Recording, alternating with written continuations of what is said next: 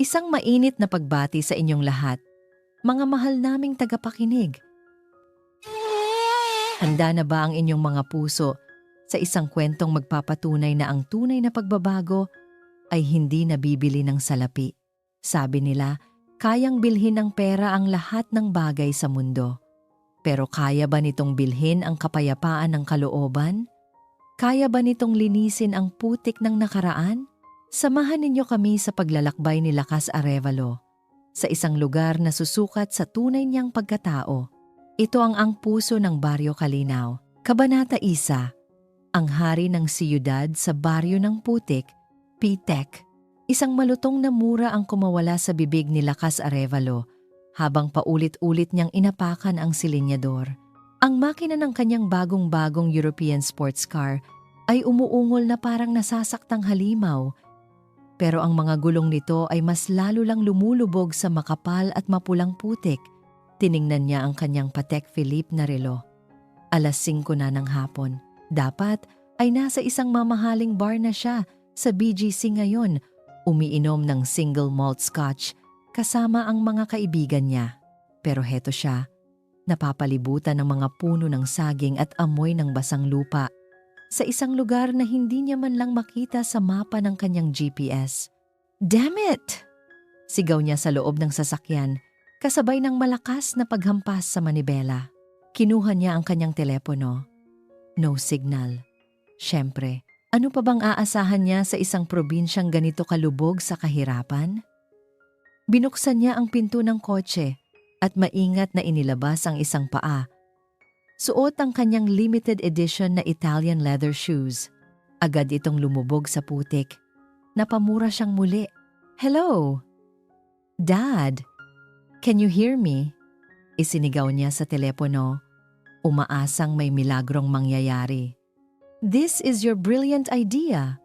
This is your kicking punishment. Are you happy now?"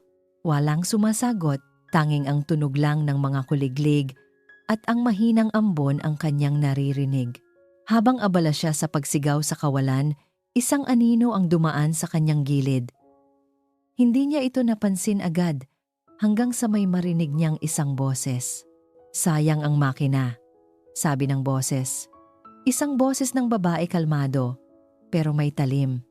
Hindi ang lakas ng kotse ang kailangan dito, kundi ang lakas ng binti. Napalingon si Lakas. Nakatayo sa gilid ng daan ang isang dalaga. Nakasuot ito ng simpleng t-shirt at pantalon na may mga bahid ng putik. Ang kanyang buhok ay nakatali sa isang simpleng pusod at ang kanyang mga paay suot ang matibay na bota. Sa balikat niya ay may pasan siyang isang sako ng kung anong gulay. Tinitingnan siya nito mula ulo hanggang paa na walang anumang emosyon sa mukha. Nainis si Lakas sa paraan ng pagtingin nito. Para siyang sinusuri at hinuhusgahan. "Hoy, miss!" utos niya sa tono ng isang taong sanay na sinusunod. "Tulungan mo kong itulak to." Hindi gumalaw ang babae.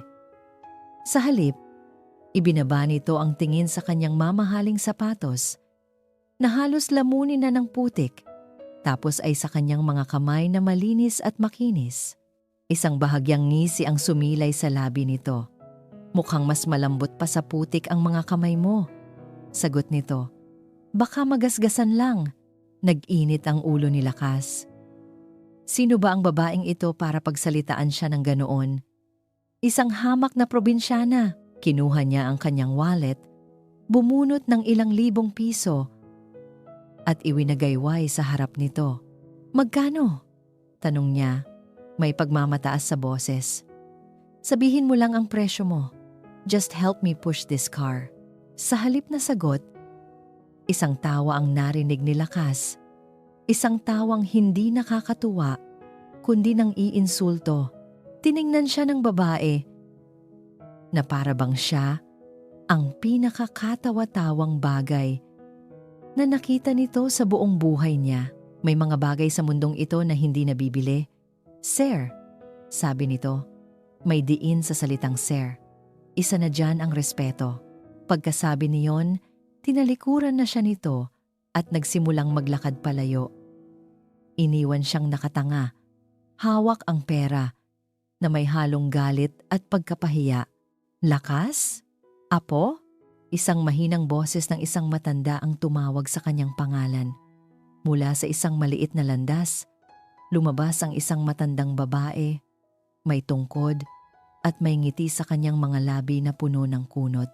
Ang kanyang lola liwayway. Lola, thank God!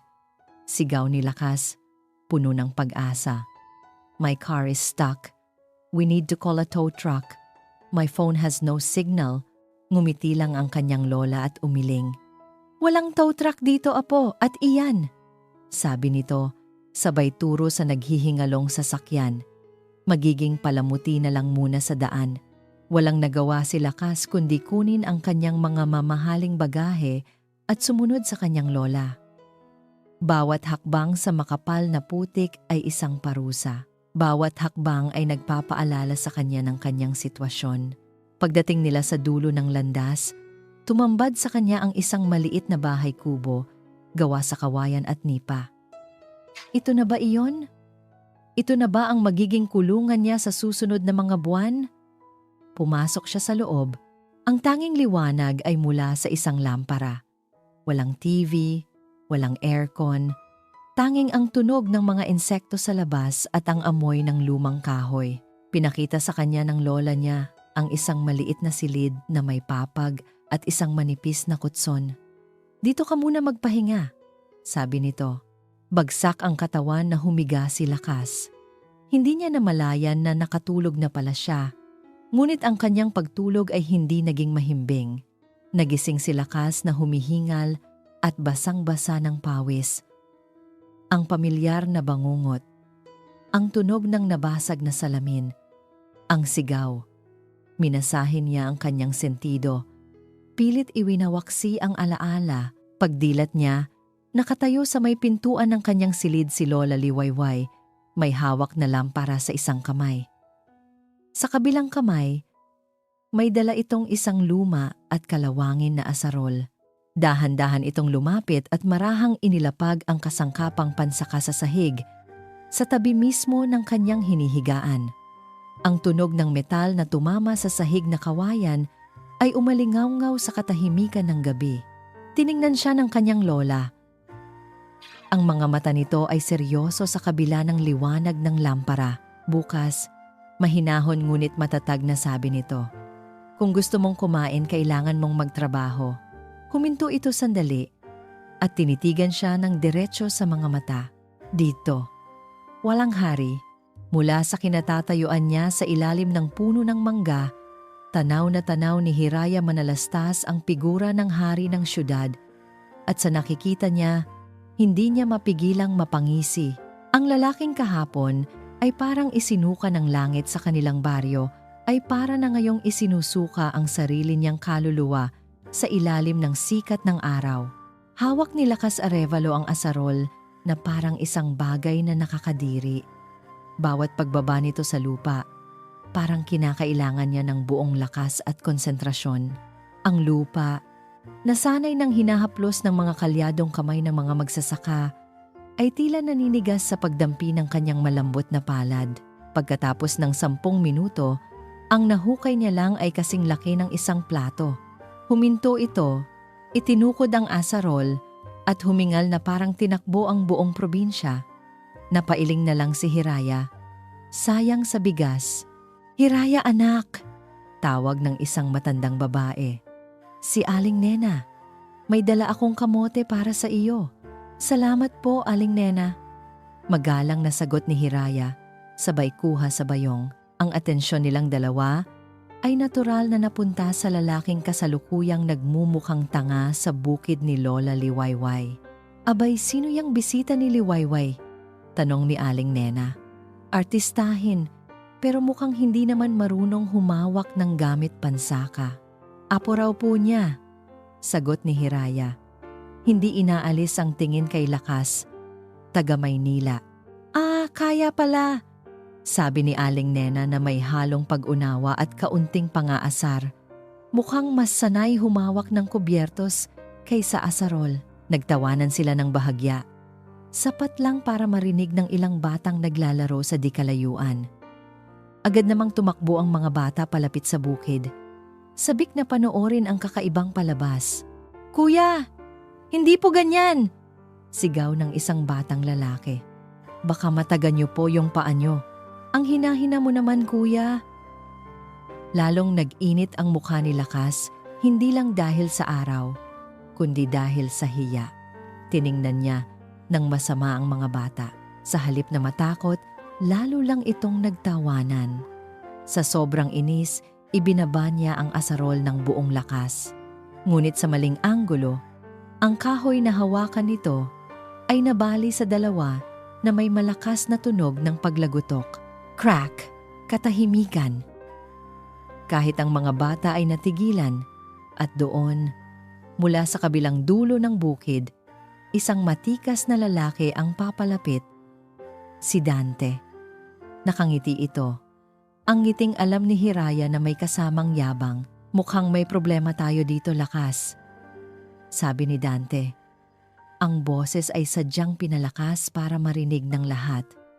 Kinuha niya ang nabaling asarol at umiling-iling. "Hindi laruan to. Baka gusto mong ako na ang gumawa para sa'yo?" Hindi sumagot si Lakas. Tiningnan lang niya si Dante.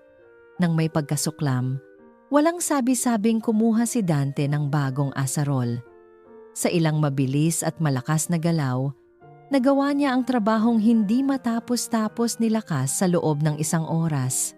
Ang bawat pagbaba ng kanyang asarol ay may kasamang ungol ng lakas. Ang kanyang mga braso ay matipuno at sanay sa trabaho. Nagpalakpakan ang mga bata. "Galing mo talaga, Kuya Dante?" Lumapit si Dante kay Hiraya. Pinunasan ng pawis sa noo. "Hiraya," bati nito, ang mga mata ay nagniningning, "para sa'yo." Inabot nito ang isang bungkos ng ligaw na bulaklak. Ngumiti si Hiraya at tinanggap ito. "Wala yon," sagot ni Dante. Sabay sulyap kay Lakas na ngayon ay nakatayo lang sa gilid, halatang talunan.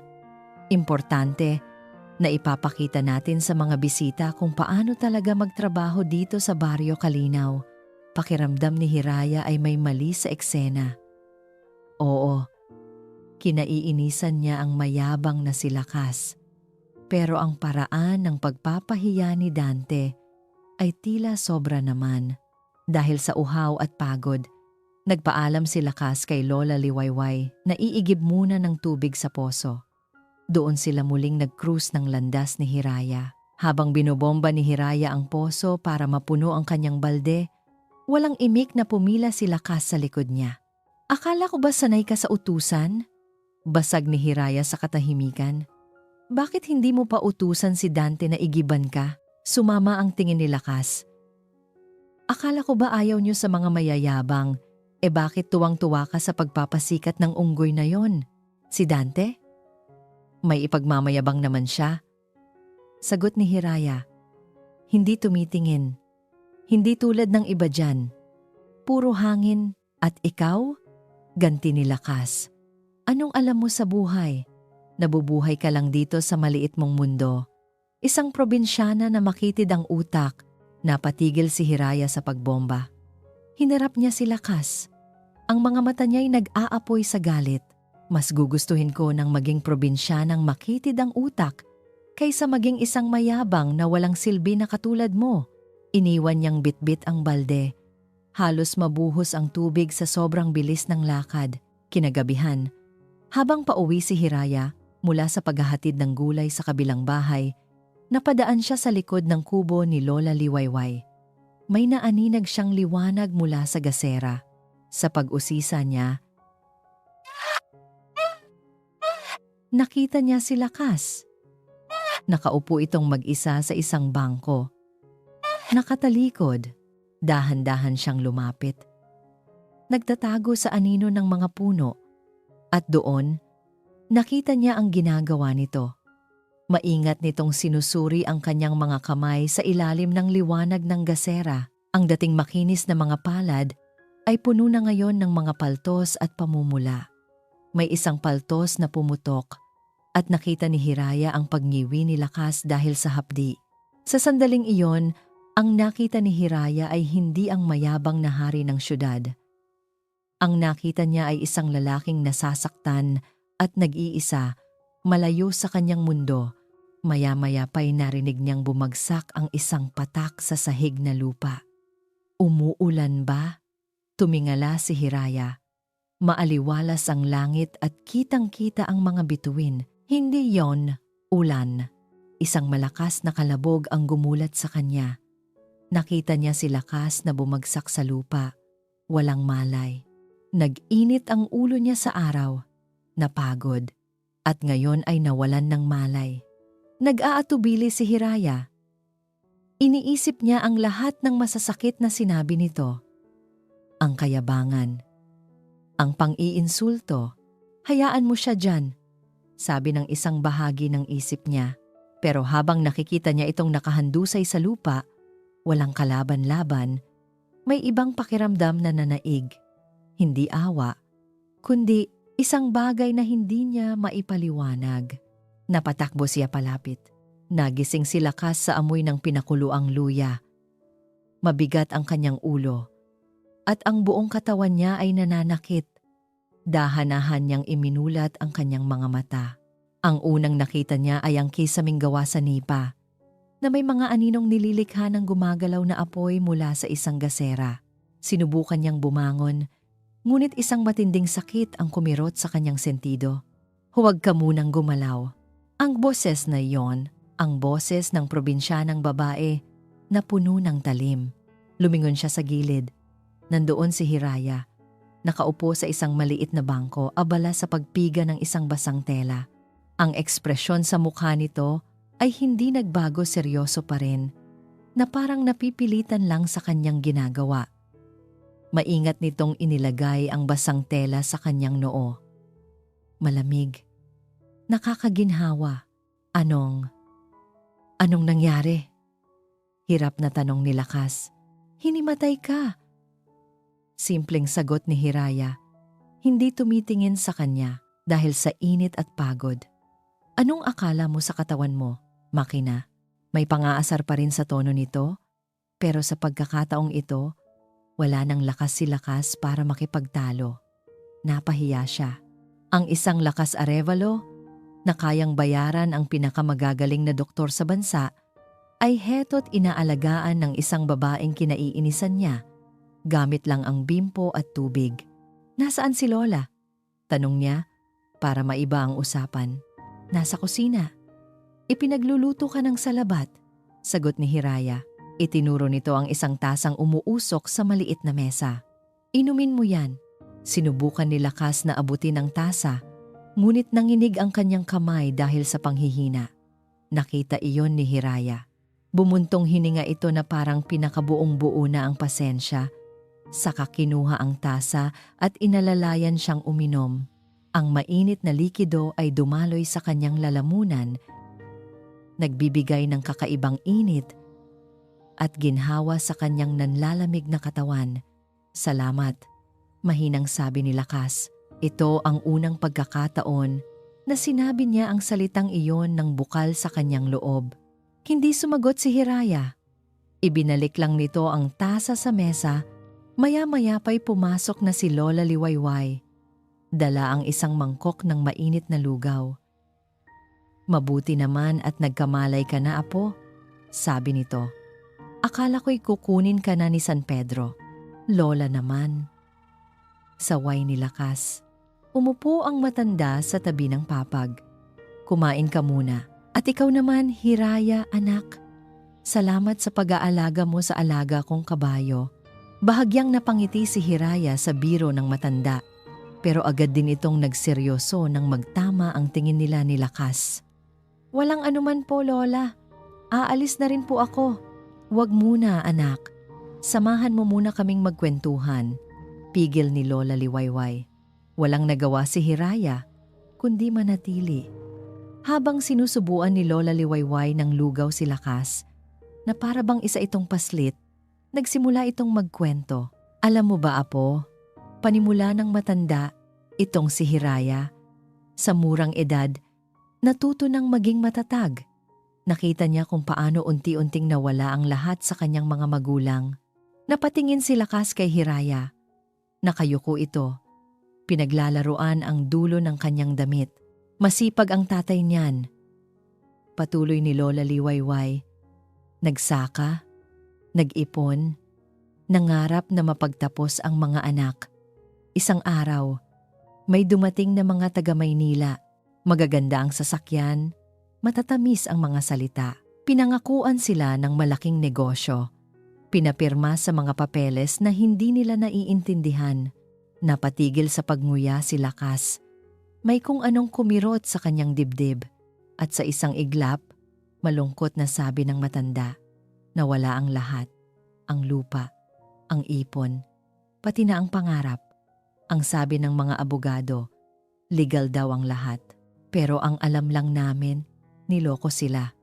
Bumagsak ang katawan ng tatay ni Hiraya. Ang nanay niya, sumunod na rin sa sobrang sama ng loob. Tumingin si Lola Liwayway kay Lakas. Ang mga mata nito ay puno ng kahulugan. Kaya kung minsan, mainit ang ulo niya sa mga dayo, lalo na sa mga katulad mong mukhang maraming pera. Hindi dahil sa galit siya sa'yo, apo, kundi dahil takot siyang masaktan ulit.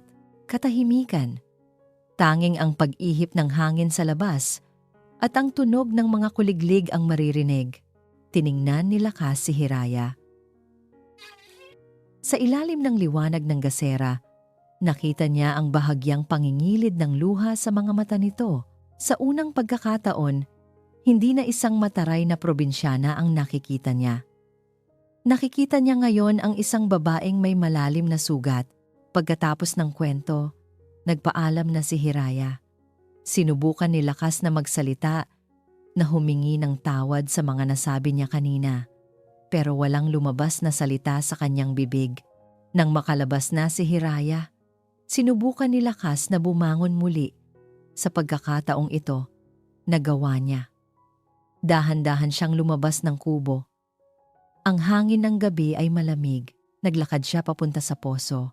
Hawak ang isang balde.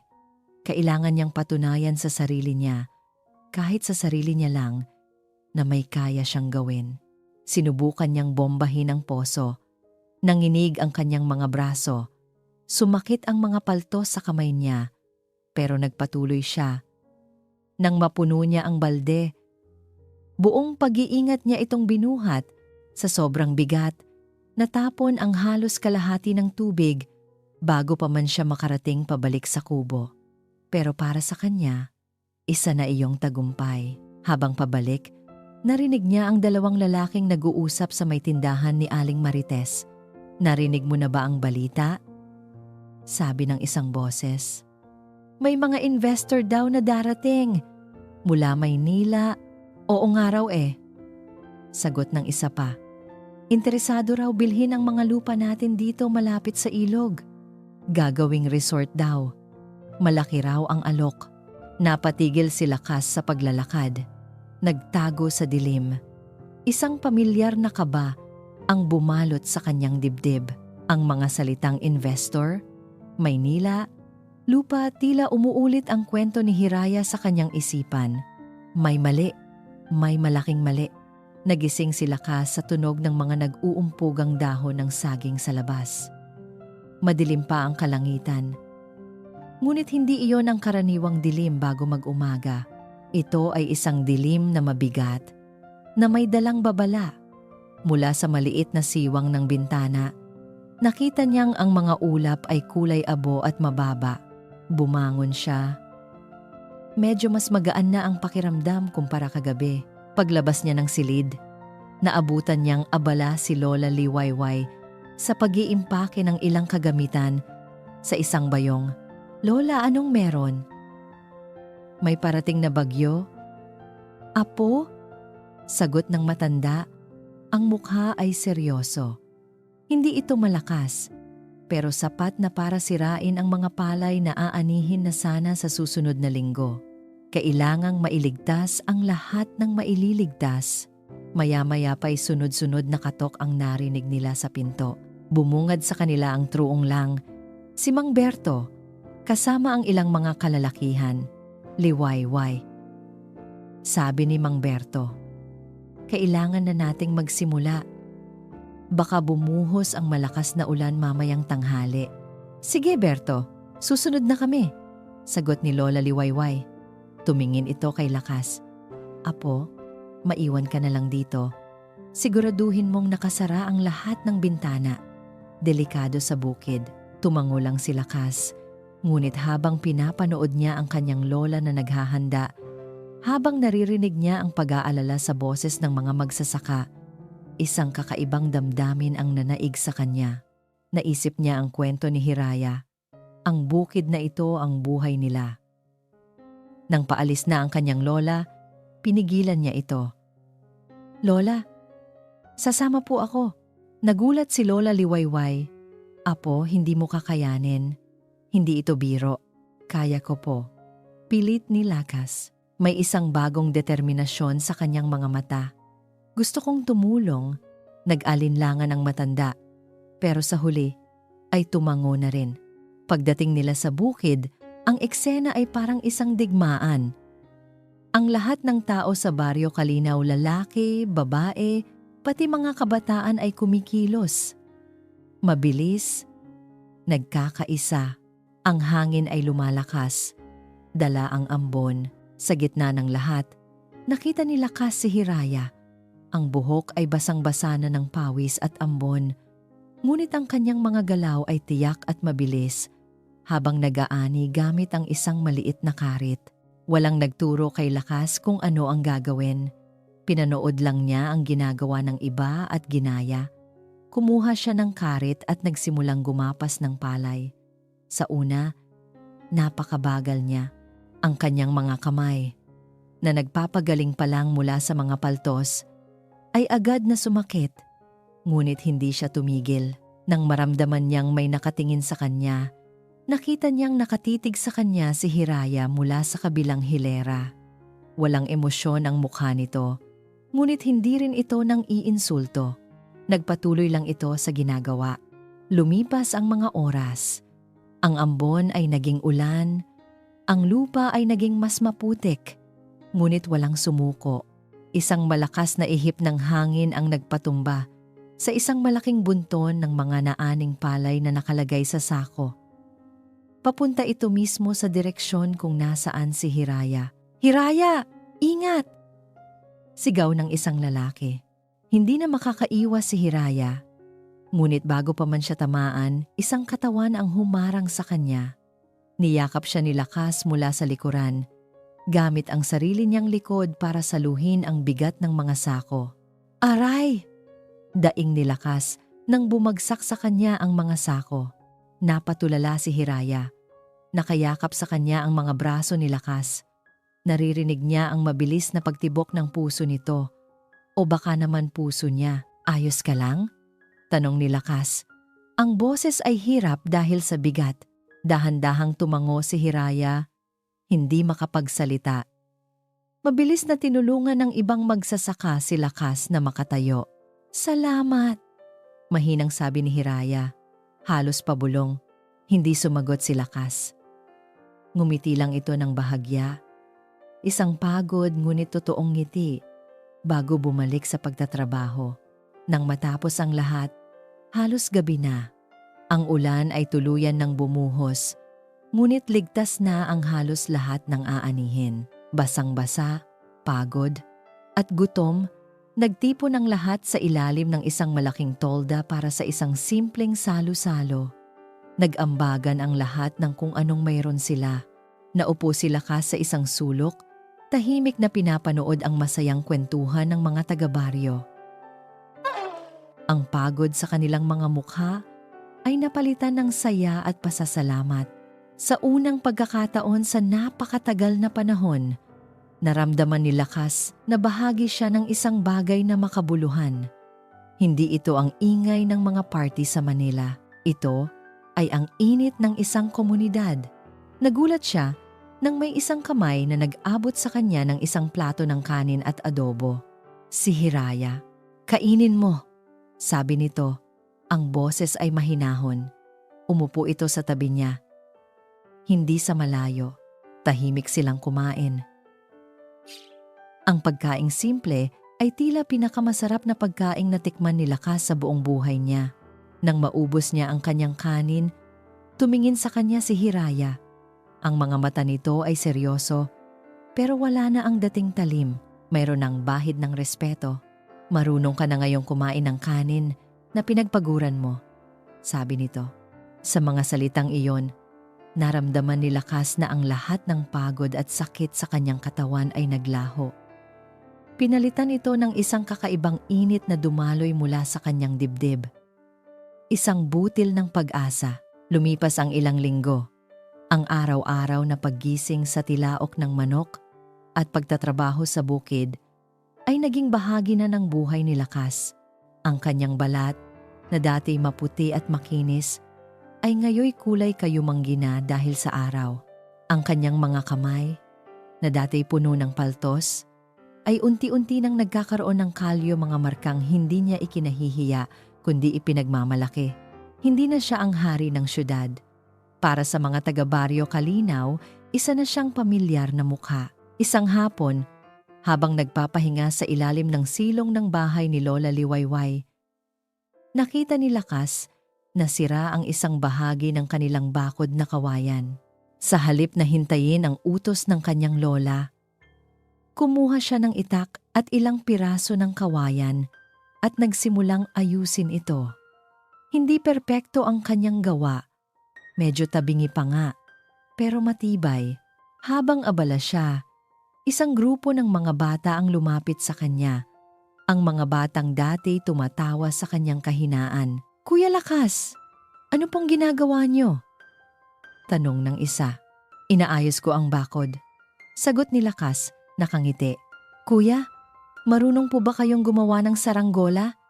Tanong naman ng isa pa. Napatigil si Lakas.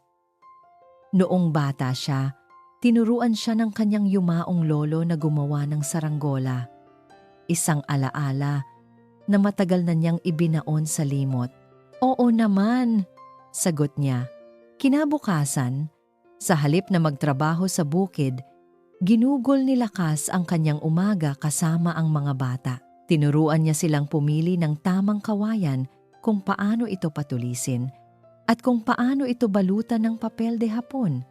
Sa huli, nakagawa sila ng isang malaki at makulay na saranggola. Sama-sama silang tumakbo sa isang burol kung saan malakas ang hangin. Sa unang subok, hindi ito lumipad. Pero hindi sumuko si Lakas.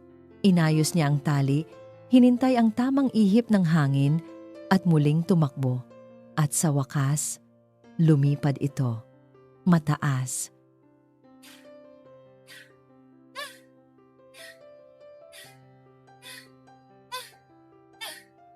Ang makulay na saranggola ay sumasayaw sa asul na kalangitan. Nagtatalon sa tuwa ang mga bata. Ang kanilang mga halakhak ay umaalingaw-ngaw sa buong paligid. Mula sa di kalayuan, may isang taong tahimik na nanonood, si Hiraya. Papunta sana siya sa ilog para maglaba, ngunit napatigil siya sa tanawing iyon. Ang lalaking dati puno ng yabang at inis ay heto ngayon, nakikipagtawanan sa mga bata. Ang mukha'y puno ng purong saya na hindi niya pa kailanman nakita rito. At nang hindi namamalayan, isang ngiti ang sumilay sa mga labi ni Hiraya, isang tunay, hindi pilit na ngiti. Kinahapunan, nagkasalubong sila sa may pampang ng ilog. Nag-iigib si Lakas, habang si Hiraya naman ay katatapos lang maglaba. Sa unang pagkakataon, ang katahimikan sa pagitan nila ay hindi na nakakailang. Magaling kang makisama sa mga bata. Basag ni Hiraya sa katahimikan. Nagulat si Lakas. "Salamat. Ano? Ano pala ang pangarap mo sa buhay?" Bigla ang tanong ni Hiraya. Napatakip siya sa bibig, na para bang hindi niya sinasadyang itanong iyon. Napaisip si Lakas. Dati, ang sagot niya dyan ay maging mas mayaman pa kay Dad. Pero ngayon, hindi na niya sigurado. "Hindi ko na alam," tapat niyang sagot. "Ikaw? Anong pangarap mo?" Tumingin si Hiraya sa mga batang naglalaro sa malayo. Gusto kong magtayo ng isang maliit na eskwelahan dito sa baryo. Sabi niya, ang mga matay nagniningning. Para ang mga bata, hindi na kailangang maglakad ng 2 oras para lang makapasok. Para matuto silang magbasa, magsulat, at mangarap. Sa sandaling iyon, nakita ni Lakas ang isang bagong Hiraya. Hindi lang isang babaeng matapang at masipag, kundi isang babaeng may puso para sa kanyang komunidad. Ang kanilang payapang sandali ay biglang nagambala ng malakas na tawanan. Papalapit si Dante, kasama ang ilang mga kaibigan. "Oh, Lakas! Naglalaro ka na pala ng saranggola ngayon?" Kantyaw ni Dante. "Baka gusto mo namang subukan ang larong panglalaki?" Naglatag sila ng isang maliit na mesa, bunong braso. Hamon ni Dante. "Tingnan natin kung ang lakas mo ba ay nasa pangalan lang." Umiling si Lakas. "Huwag na, Dante. Ayoko ng gulo." "Bakit? Takot kang matalo?" Sa harap ni Hiraya, mapang-asar na sabi ni Dante. Napipilitang umupo si Lakas sa harap ni Dante. Naghiyawan ang mga kaibigan nito. Sa simula pa lang, ramdam na ni Lakas ang pambihirang lakas ni Dante. Pinipilit niyang labanan, pero unti-unting bumibigay ang kanyang braso. Nang malapit na itong bumagsak, sadyang diniinan pa ni Dante ang kamay ni Lakas, na nagdulot ng sakit. Halatang gusto siyang ipahiya. Ang Lakas ay hindi lang sa braso nakikita, Dante. Isang boses ang pumagitna. Si Hiraya. Nakatayo siya sa tabi nila. Ang mga matay matalim na nakatingin kay Dante. Ang tunay na kalakasan, nasa pagrespeto sa kapwa. Isang bagay na mukhang wala ka, natigilan si Dante. Binitawan niya ang kamay ni Lakas. Walang makapaniwala na si Hiraya, ang babaeng nililigawan niya. Nang gabing iyon, habang nag-aayos ng gamit si Lakas sa kanyang silid, narinig niya ang tunog ng kanyang telepono. Isang milagro. Nagkaroon ng signal. Isang hindi rehistradong numero. Ang tumatawag, sinagot niya ito. Ang boses sa kabilang linya ay malamig at pamilyar, ang kanyang ama. Si Don Ricardo Arevalo. "Hello? Lakas?" Sabi nito. Walang anumang init sa boses. "Dad?" Sagot ni Lakas. Medyo kinakabahan. "I trust. You're having a wonderful vacation." Sarkastikong sabi ng ama. Pagkatapos ay nagtanong ito ng isang bagay na nagpakilabot kay Lakas. Isang bagay na tila may malalim at madilim na kahulugan. Kamusta na ang mga taga-baryo? Malambot na ba ang mga puso nila? Biglang nanlamig ang buong katawan ni Lakas. Hindi iyon isang simpleng pangangamusta. Iyon ay isang tanong ng isang general na nagtatanong sa kanyang espiya. Ang pagtatanggol ni Hiraya kay Lakas ay mabilis na naging usap-usapan sa buong baryo Kalinaw. Para kay Dante, iyon ay hindi lang isang simpleng pagpuna. Iyon ay isang sampal sa kanyang pagkalalaki. Isang pampublikong pagpapahiya na ginawa ng babaeng gusto niyang makuha. Ang apoy ng selos sa kanyang dibdib ay naglagablab at naging galit. Hindi niya matanggap na ang isang tulad ni Lakas, isang dayo, isang palamya-lamya, isang taong walang alam sa kanilang buhay, ang unti-unting nakakakuha ng atensyon, hindi lang ni Hiraya, kundi pati na rin ng ibang mga taga-baryo. Naglakbay si Dante papunta sa bayan, kung saan may internet. Nagbayad siya ng malaki para sa ilang oras na paggamit ng computer. Ang tanging alam niya ay ang buong pangalan ng kanyang karibal, Lakas Arevalo. Isang pangalan na tunog mayaman. In-type niya ang pangalan sa search bar. Libo-libong resulta ang lumabas. Mga artikulo tungkol sa Arevalo Corporation, isa sa pinakamalalaking kumpanya sa bansa. Mga larawan ni Lakas sa mga social event, napapaligiran ng mga artista at politiko. Ngunit hindi iyon ang hinahanap ni Dante. Nagpatuloy siya sa paghahanap. Nagbabasa ng mga lumang balita hanggang sa may isang headline na kumuha ng kanyang atensyon. Malagim na aksidente. Umamin ang driver. pero nakaligtas sa pananagutan ang anak ng pamilya Arevalo. Binasa niya ang buong artikulo.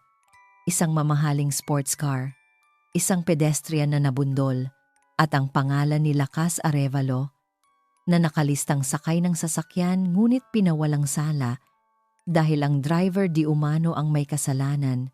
Isang ngisi ang gumuhit sa labi ni Dante. Ito na ang bala na kailangan niya. Kinabukasan, sinadya ni Dante na makipagkwentuhan kay Hiraya habang ito ay nagdidilig ng mga halaman. Alam mo, Hiraya, panimula niya sa isang tonong nag-aalala. Nag-iingat ka sana dyan sa apo ni Lola Liwayway. Mahirap na. Ang mga taong mayayaman, sanay magtago ng mga sikreto, maduduming sikreto. Kumunot ang noo ni Hiraya. Anong ibig mong sabihin, Dante? Wala naman, sabi ni Dante, na parang ayaw nang magsalita pa. Narinig ko lang na may mga taong kayang bayaran ng hustisya. Kayang magturo ng ibang tao para pagtakpan ang sarili nilang kasalanan. Mga kasalanan na nakakamatay. Iniwan ni Dante si Hiraya na may tanim na pagdududa sa isipan. Ang mga salita ni Dante ay malabo, ngunit tumama ito sa isang sensitibong bahagi ng kanyang puso. Naalala niya ang kwento ng kanyang mga magulang, ang matatamis na salita, at ang mapanlinlang na mga ngiti ng mga taga-Maynila. Sa mga sumunod na araw, nagsimulang kumalat ang mga bulong-bulungan sa baryo. Mula sa isang simpleng tsismis, lumaki ito at nagkaroon ng iba't ibang bersyon. Narinig mo ba? Yung si Lakas daw, nakasagasa sa Maynila. Tapos, tinuruan daw yung driver niya para siya ang makulong. Kaya pala ipinatapon dito. Para magtago, naririnig ni Hiraya ang lahat ng yon. Sinubukan niyang ipagsawalang bahala, nakita niya ang pagbabago ni Lakas. Naramdaman niya ang kabutihan nito, pero ang lason ng pagdududa ay unti-unti nang kumakalat sa kanyang sistema. Isang hapon, hindi na niya natiis. Kinausap niya si Lakas habang ito ay nag-iigib ng tubig. Lakas! Tawag niya. Pwede ba kitang tanungin? Oo naman! Sagot ni Lakas. Nakangiti. Kumusta? Kumusta ang buhay mo sa Maynila? Bago ka pumunta dito? Tanong ni Hiraya. Pinipilit na maging kaswal ang kanyang tono. Agad na nagbago ang ekspresyon sa mukha ni Lakas. Ang ngiti niya ay naglaho. Umiwas ito ng tingin. Bakit mo naman natanong? Wala lang. Gusto lang kitang mas makilala. Sagot ni Hiraya. Wala namang espesyal sa buhay ko doon, sabi ni Lakas. Ang boses ay biglang naging malamig at mailap. Party. Pera. Mga bagay na hindi mo maiintindihan. Nasaktan si Hiraya sa sagot nito. Hindi dahil sa insulto, kundi dahil sa pag-iwas. Kitang-kita niya ang pagkabalisa sa mga mata nito, ang anino ng kasalanan. Nang gabing iyon, hindi mapakali si Hiraya. Ang kanyang isipan ay naglalakbay pabalik sa nakaraan. Naalala niya ang mukha ng kanyang ama, puno ng sakit at pagsisisi matapos maloko. Naalala niya ang mga luha ng kanyang ina, na panaginipan niya ang eksaktong araw na iyon.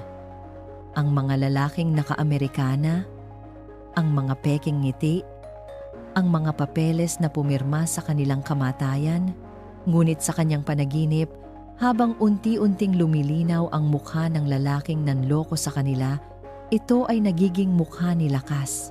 Nagising si Hiraya na humihingal. Ang puso niya'y kumakabog ng mabilis. Kinabukasan, habang tinutulungan niya si Lakas na magbuhat ng isang sako ng bigas, isang bagay ang nahulog mula sa bulsa ng pantalon nito. Ang wallet niya.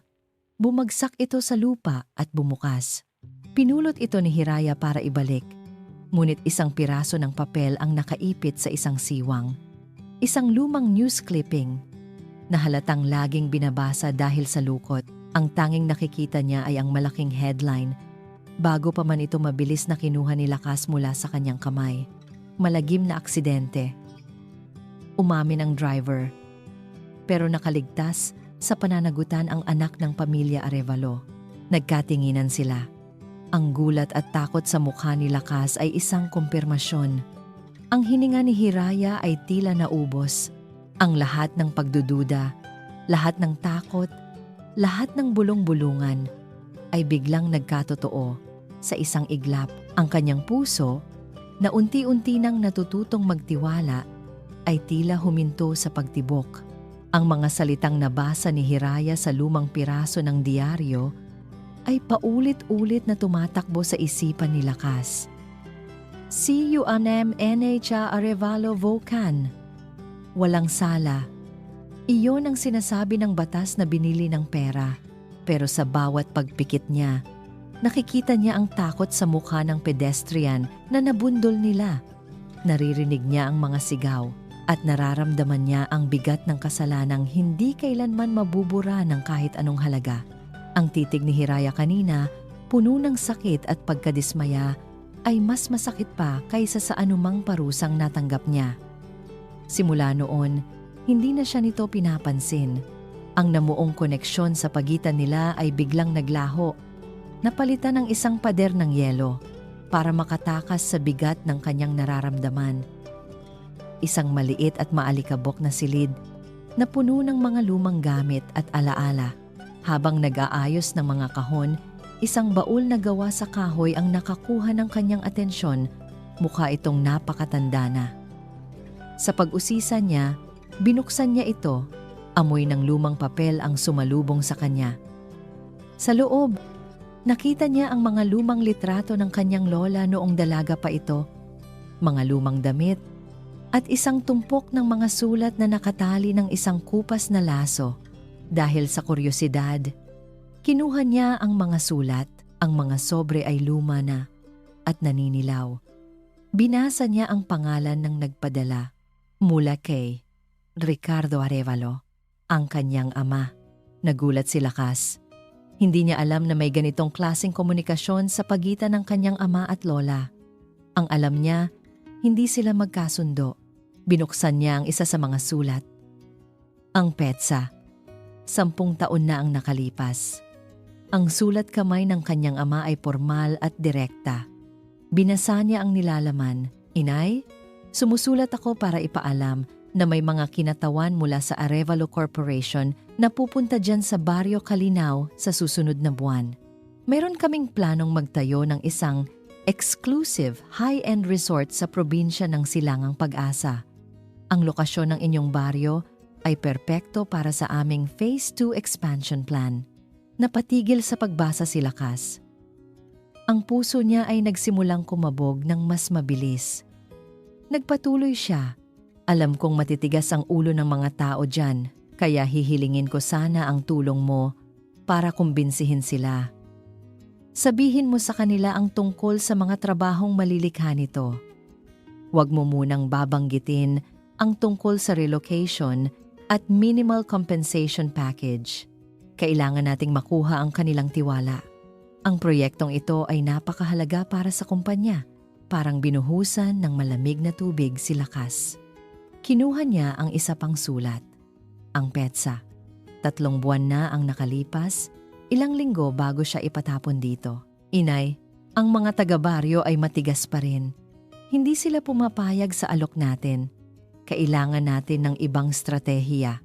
Isang insider, isang taong magpapalambot sa kanilang mga puso, na magpapakitang hindi lahat ng taga-Maynila ay masama.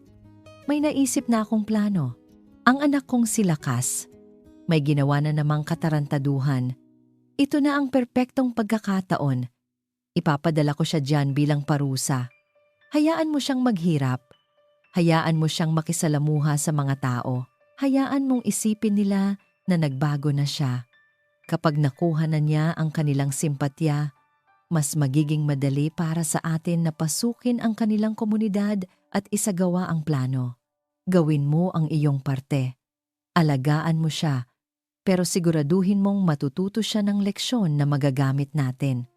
Ang proyektong ito ay kailangang matuloy, sa ayaw at sa gusto nila. Binitawan ni Lakas ang mga sulat na para siyang napaso. Ang mga papel ay nahulog at kumalat sa sahig na lupa. Nanginginig ang kanyang mga kamay. isang kasangkapan, isang espiya, isang pain. Iyon lang pala ang tingin sa kanya ng sarili niyang ama. Ang pagbabago niya, ang mga koneksyong nabuo niya, ang pag-asang naramdaman niya lahat ay nakabase sa isang malaking kasinungalingan. Ang pag-aalala ng kanyang ama sa telepono. Malambot na ba ang mga puso nila? Ngayon, malinaw na ang lahat. Napatingin siya sa bintana ng bodega. Sa kabila ng malakas na ulan, nakita niya si Hiraya na tumatakbo, basang-basa. Sinusubukang iligpit ang mga sinampay na hindi pa natutuyo. Nakita niya ang determinasyon sa mukha nito para iligtas kahit ang mga simpleng bagay. At na-realize niya, siya ay ipinadala dito para sirain ang babaeng iyon. Para sirain ang komunidad na unti-unti na niyang itinuturing na tahanan. Nagulat siya nang mag-ring ang kanyang telepono. Isang hindi pamilyar na numero. Kinuha niya ito mula sa kanyang bulsa.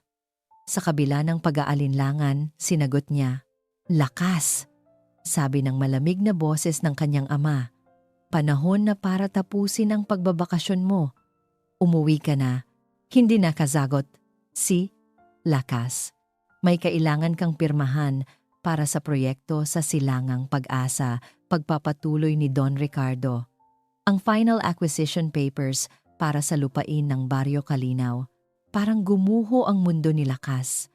Nasa kamay niya ang desisyon. Ang isang pirma niya ay katumbas ng pagwasak sa lahat ng pinahahalagahan ni Hiraya. POV. Lakas. Ang mga salita ng kanyang ama ay parang lason na kumalat sa buong sistema ni Lakas. Final acquisition papers. Ang ibig sabihin, malapit na ang katapusan. Ang Barrio Calinaw. Ang mga ngiti ng mga bata. Ang mga pangarap ni Hiraya, lahat ay nasa bingit ng pagkawala. "Dad, sandali," sabi ni Lakas sa telepono. Ang boses ay nanginginig. Hindi pa handa ang mga tao. Hindi ko tinatanong kung handa sila." Malamig na sagot ni Don Ricardo. "Ang tinatanong ko ay kung kailan ka uuwi. Huwag mong sabihing nagustuhan mo na dyan sa pugad ng mga daga. Hindi ganoon, Dad." Pero, wala nang pero-pero. "Lakas," putol ng kanyang ama. "Umuwi ka sa loob ng 2 araw. O baka naman gusto mong dalawin natin ulit yung pobreng driver na ipinakulong mo para sa'yo.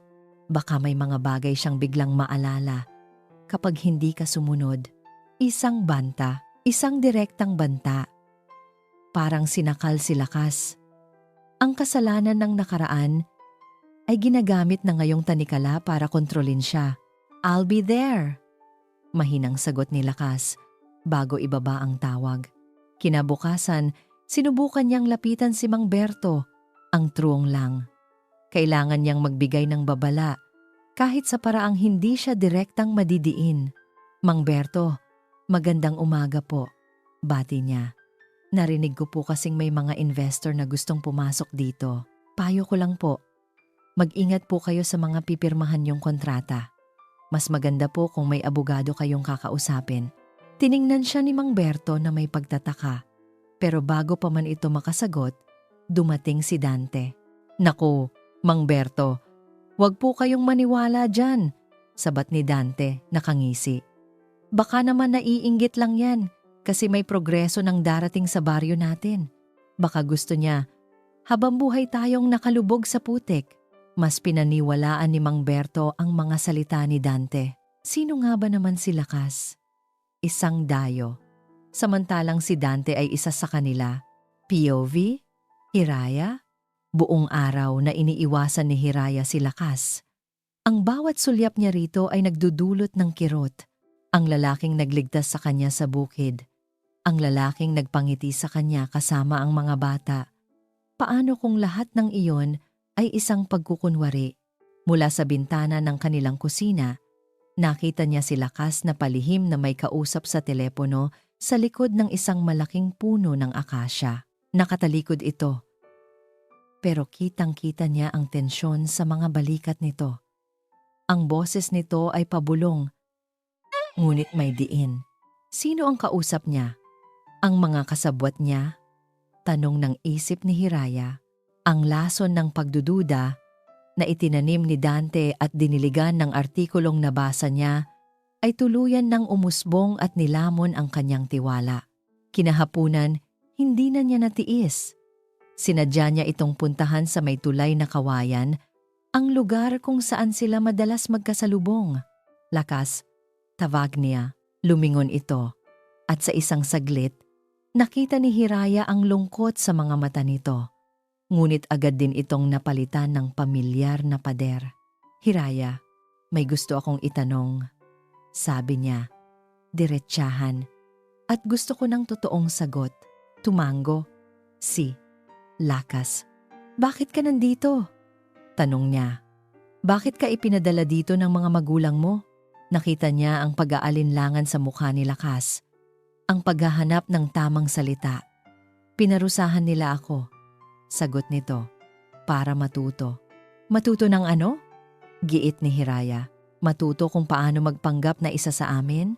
Nasaktan si Lakas. Sa sinabi niya, kitang-kita iyon sa mga mata nito. Hindi totoo yan, Hiraya. Ang mga nangyari dito. Ang pagbabago ko. Totoo yon. Kung totoo yan. Sabi ni Hiraya, ang boses ay nagsisimula ng manginig. Sabihin mo sa akin ang totoo. Tungkol sa aksidente. Tungkol sa kung sino ka ba talaga. Huminga ng malalim si Lakas. Tumingin ito sa kanya, ang mga matay puno ng pagsisisi. May mga bagay na komplikado, mga bagay na hindi ko pa kayang ipaliwanag ngayon. Pero maniwala ka sana sa akin, Hiraya. Nagbago na ako. Umiling si Hiraya. Ang mga luha ay nagbabadyang tumulo. Paano ako maniniwala sa isang taong hindi kayang sabihin ang katotohanan? Hahakbang sana si Lakas palapit sa kanya. Ngunit umatras siya. Sino ka ba talaga, Lakas? Tanong niya. Ang boses ay basag na. Bago pa man makasagot si Lakas, isang malakas na sigaw ang pumukaw sa kanilang atensyon. Mga kababaryo, halikayo dito, may mahalaga akong sasabihin. Si Dante. Nakatayo ito sa gitna ng plaza, may hawak na isang folder ng mga dokumento. Nakatingin ito ng diretso kay Lakas. Isang ngiting tagumpay ang nasa kanyang mga labi. Mayroon akong ibubunyag. Sigaw niya para marinig ng lahat ng naglalabasang tao tungkol sa tunay na pagkatao ng bisita natin. Nanlamig ang dugo ni Hiraya. Alam niyang pagkatapos ng sandaling ito wala nang babalikan pa. POV. Hiraya. Para kay Hiraya, ang bawat hakbang papalapit sa plaza ay parang isang martsa patungo sa katotohanan na matagal na niyang kinatatakutan.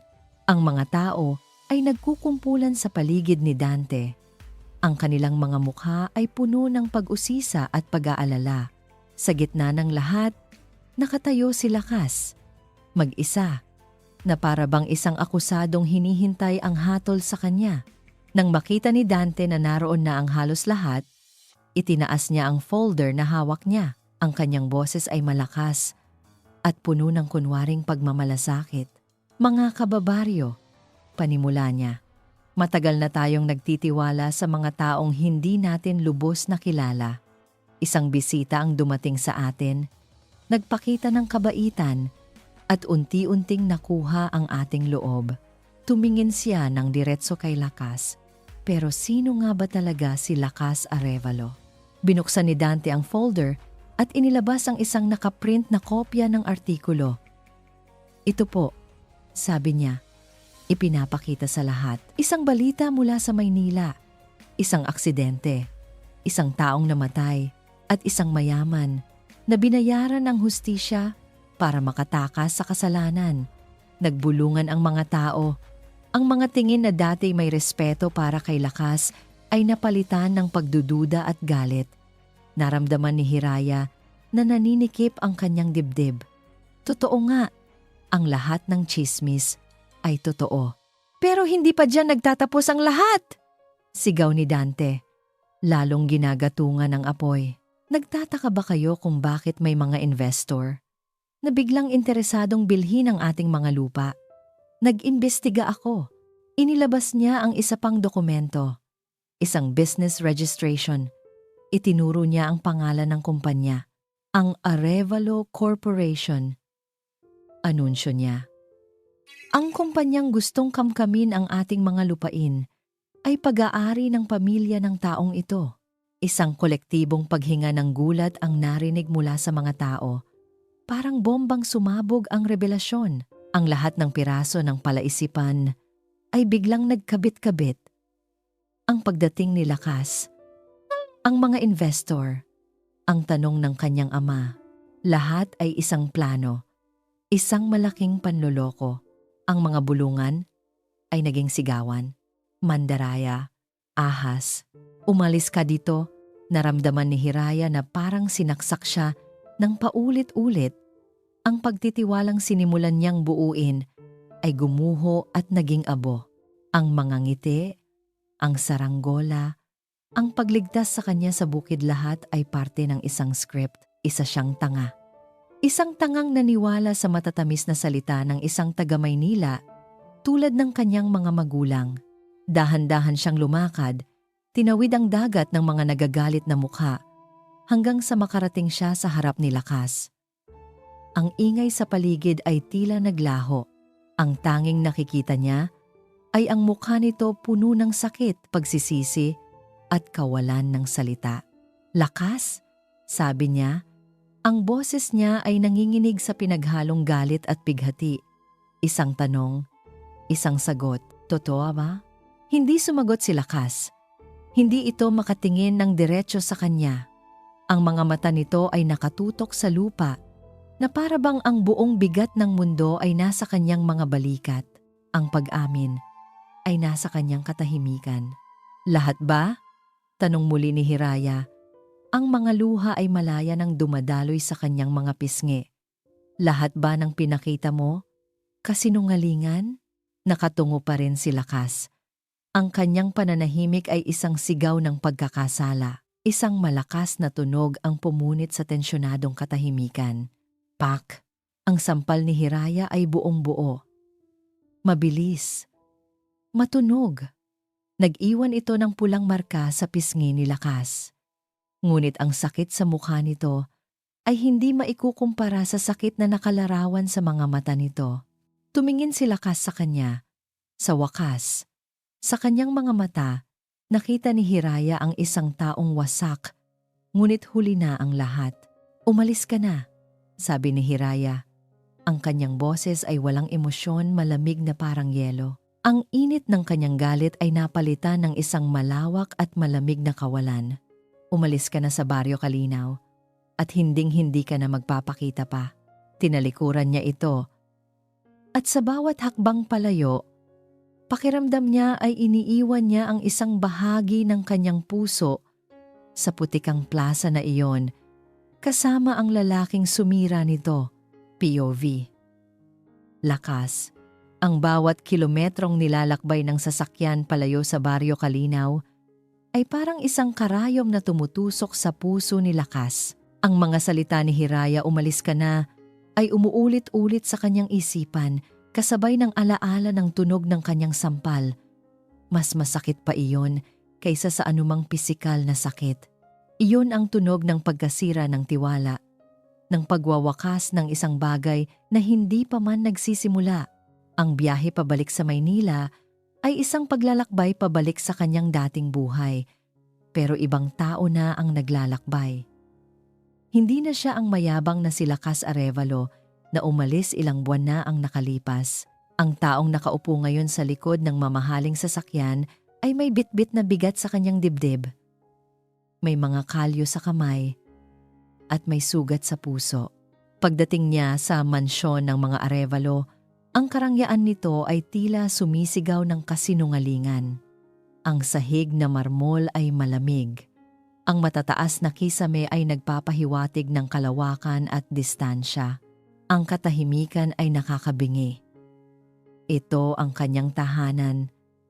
Pero pakiramdam niya ay isa itong kulungan. Naabutan niya ang kanyang ama sa opisina nito.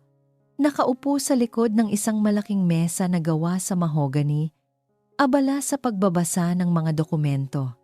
Hindi man lang ito tumingala nang pumasok siya. "You're late," sabi ni Don Ricardo. Ang boses ay kasing lamig ng marmol sa sahig. "Nandito na ako." Walang ganang sagot ni Lakas. Ibinaba ng kanyang ama ang binabasa at tiningnan siya. Isang tinging mapanuri. Walang anumang bahid ng pagmamahal ng isang ama. Mukha kang basahan. "The province did you good.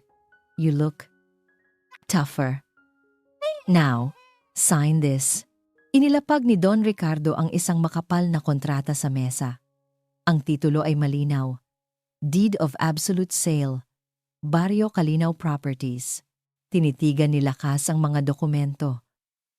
Ang bawat letra ay tila sumisigaw ng pangalan ni Hiraya, ni Lola Liwayway, ni Mang Berto, at ng lahat ng taga-baryo. Ang isang pirma niya ay magiging selyo sa kanilang katapusan. Tumingin siya sa kanyang mga kamay. Ang mga kamay na natutong mag-asarol, magtanim, at gumawa ng saranggola. Ang mga kamay na minsang yumakap kay Hiraya para protektahan ito. Gagamitin ba niya ang mga kamay na ito para wasakin sila? "What are you waiting for?" tanong ng kanyang ama, naiinip. "Sign it. This is your ticket back to your real life." Ang kanyang real life. Mga party, alak, mga pekeng kaibigan, isang buhay na walang kahulugan. Naalala niya ang simpleng salo-salo matapos nilang mailigtas ang palay.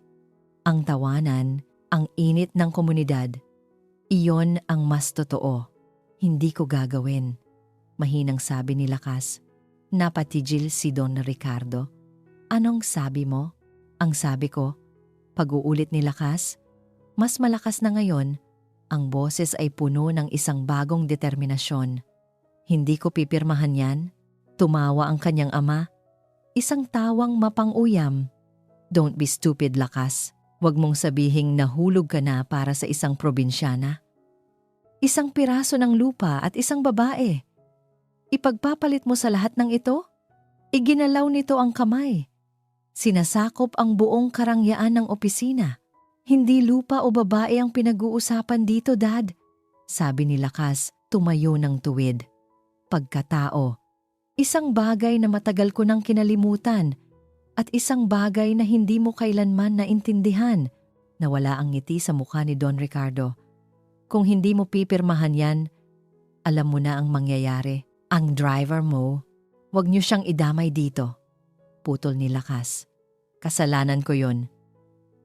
Sa unang pagkakataon, nakita ni Lakas ang kanyang ama hindi bilang isang makapangyarihang tao.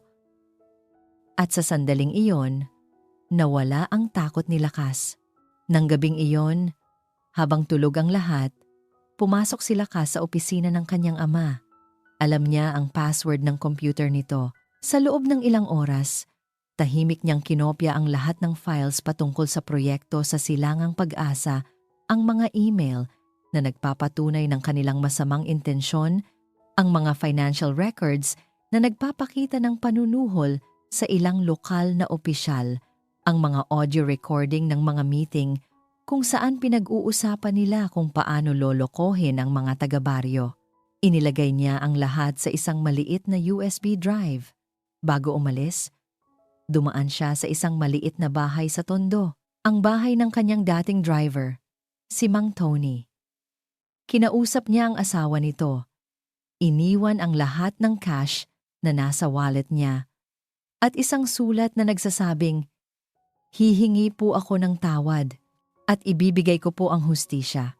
Habang minamaneho niya ang isa sa mga kotse ng pamilya pabalik sa Silangang Pag-asa, alam niyang wala nang balikan. Sinusunog na niya ang tulay pabalik sa kanyang dating buhay. Ngunit sa unang pagkakataon, naramdaman niyang malaya siya. Nakarating siya sa Barrio Calinaw kinabukasan. Ang balita ng kanyang pagbabalik ay mabilis na kumalat. Nakita niya mula sa malayo na may isang malaking pagpupulong na nagaganap sa plaza. Nandoon ang kanyang ama, si Don Ricardo, kasama ang mga abogado nito. Nakita niya ang mga taga-baryo, ang kanilang mga mukha, ay puno ng pag-aalala at kawalan ng pag-asa. Ipinark niya ang sasakyan at huminga ng malalim. Hawak niya sa kanyang kamay ang maliit na USB drive, ang kanyang sandata, ang kanyang pagpili. Lumakad siya papasok sa gitna ng pagpupulong. Lahat ng mata ay napunta sa kanya. Ang gulat sa mukha ng kanyang ama, ang galit at pagtataka sa mukha ng mga taga-baryo, at ang sakit sa mga mata ni Hiraya. Hindi siya nagsalita. Naglakad siya ng diretsyo papunta sa mesa kung nasaan ang laptop ng mga abogado. POV, Hiraya. Para kay Hiraya, ang muling pagdating ni Lakas ay parang pagbuhos ng asin sa sariwa pa niyang sugat. Anong ginagawa niya dito? Hindi pa ba siya tapos sa panloloko? Iyon ang mga tanong na sumisigaw sa kanyang isipan. Nakaupo sa isang mahabang mesa sa gitna ng plaza si Don Ricardo Arevalo na papaligiran ng mga abogadong nakasuot ng mamahaling Amerikana. Ang kanyang ama, si Tatay Romy, kasama ang ibang mga magsasaka, ay nakatayo sa harap nila. Ang mga balikat ay tila binagsakan ng langit at lupa. Ang mga salita ng mga abogado ay matatamis ngunit puno ng lason. Mga pangako ng progreso na may kaakibat na banta. Ito na ang pinakamagandang alok na makukuha ninyo, sabi ng isang abogado habang itinuturo ang kontrata. Nakita ni Hiraya ang panginginig ng kamay ng kanyang ama habang hawak nito ang ballpen. Napipilitan, natatakot, walang kalaban-laban. Iyon ang sandaling pinili ni Lakas para dumating. Ang paglakad ni Lakas papasok sa plaza ay nagpatigil sa lahat. Ang mga tao ay nagbigay daan na para bang dagat na nahati sa dalawa.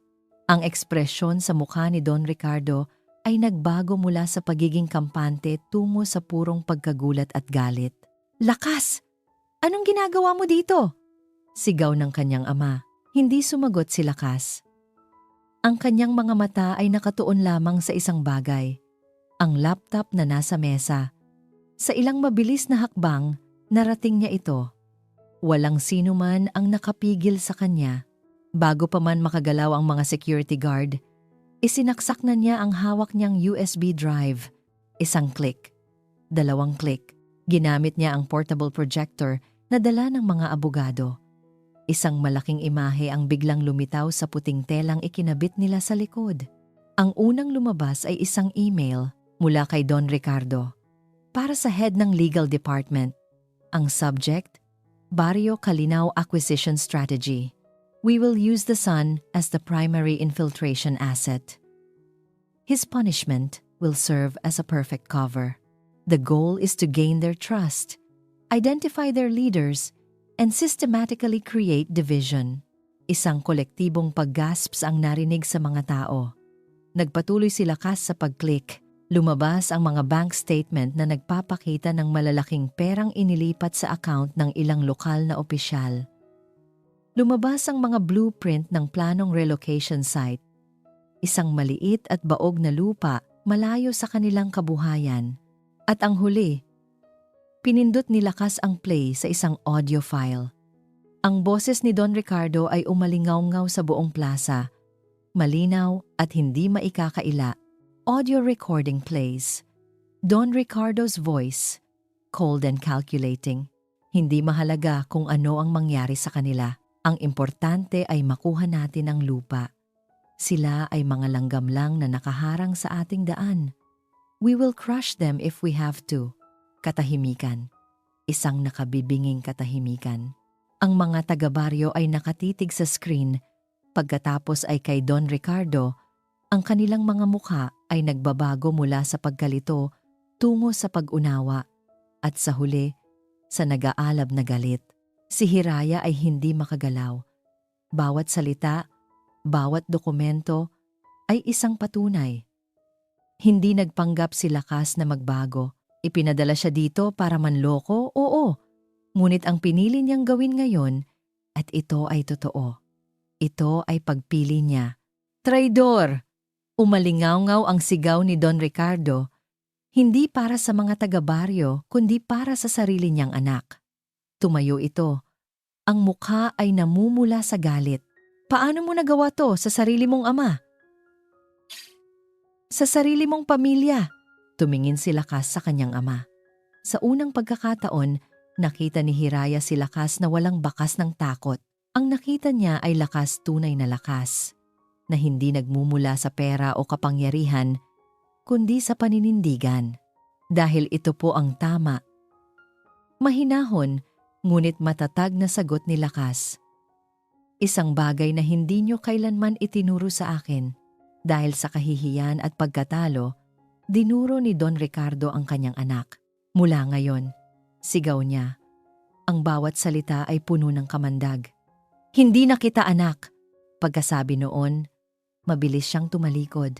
Ang kanyang mga abogado at security ay nagmamadaling sumunod na para bang mga daga na tumatakas mula sa isang lumulubog na barko. Naiwan sa plaza ang katahimikan at si Lakas. Nakatayo siyang mag-isa sa gitna ng lahat. Ang lalaking nagligtas sa kanila. Ang lalaking isinumpa nila kahapon.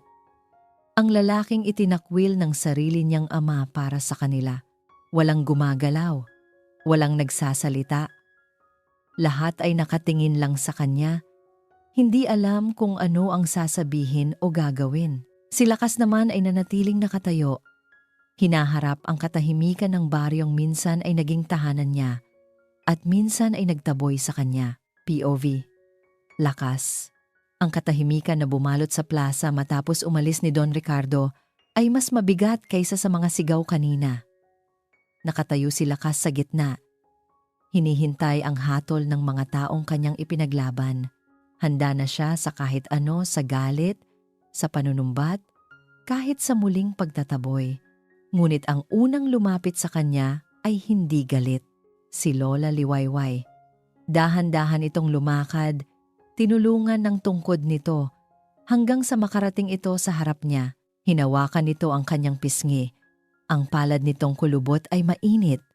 May mga luha sa mga mata ng matanda, ngunit mayroon ding ngiti.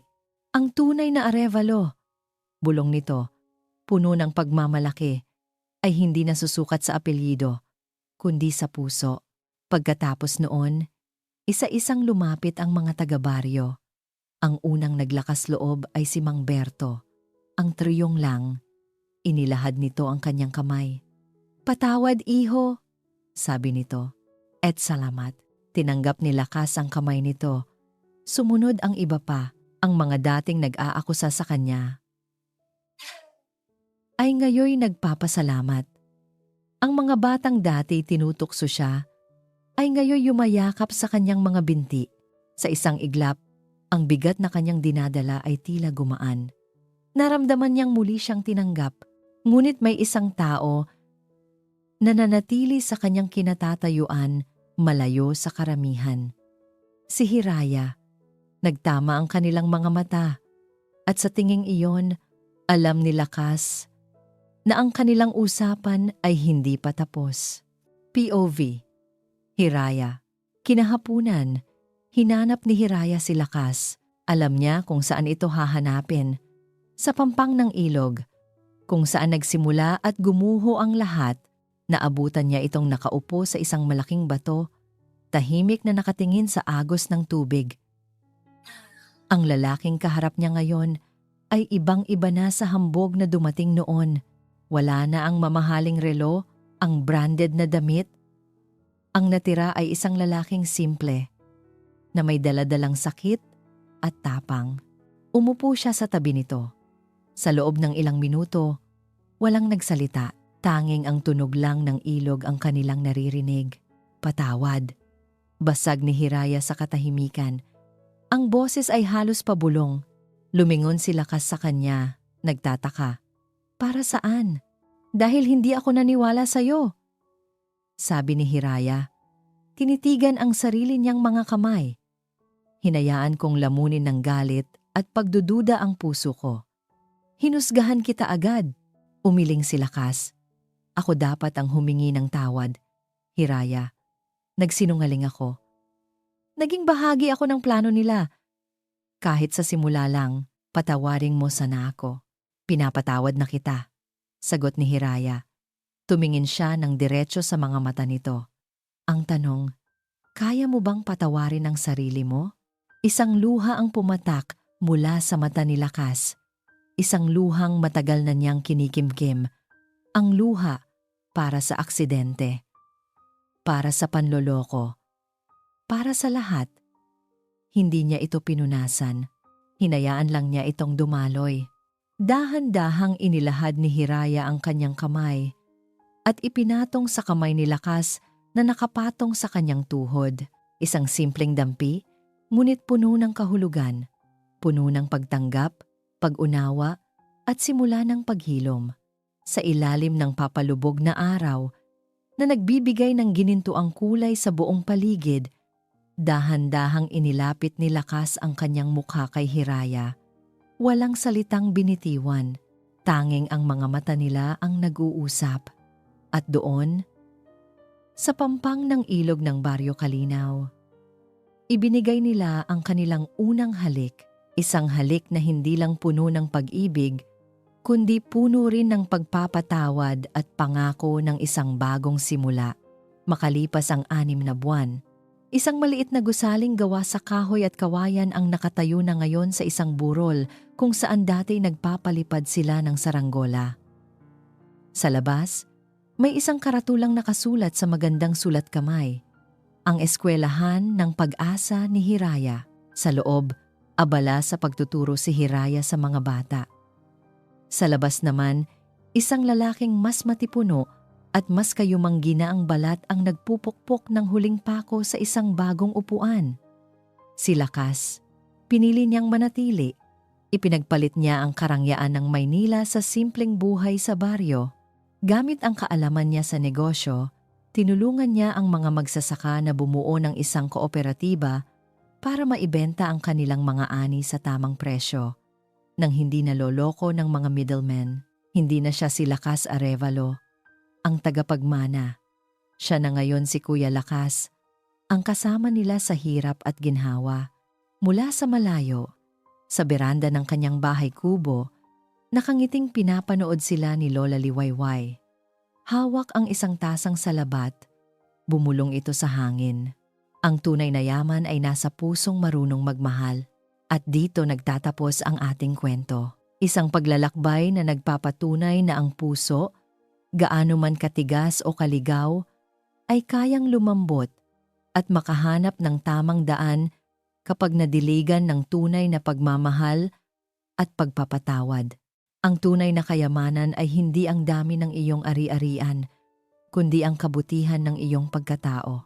Ang pagbabago ay laging posible para sa sinumang handang buksan ang kanyang puso at tanggapin na ang pinakamahalagang bagay sa buhay ay ang mga bagay na hindi nabibili ng pera. Maraming salamat po sa inyong pagtangkilik sa kwento ng Ang Puso ng Baryo Kalinaw. Naway may napulot kayong aral at inspirasyon. Ano po ang masasabi ninyo sa paglalakbay ni Lakas at Hiraya? Meron ba kayong mga kwentong gustong marinig sa susunod? I-comment nyo lang po sa ibaba. Gusto naming marinig ang inyong mga saloobin. Maraming salamat po sa inyong walang sawang pagsubaybay. Kung nagustuhan ninyo ang kwentong ito, huwag po kayong mag-atubiling i-like. I-share ito sa inyong mga kaibigan at pamilya. At syempre, pindutin na rin po ang subscribe button para lagi kayong updated sa mga susunod pa nating kwento. I-click nyo na rin po ang notification bell para kayo ang laging unang makarinig sa aming mga bagong upload. Hanggang sa muli, paalam.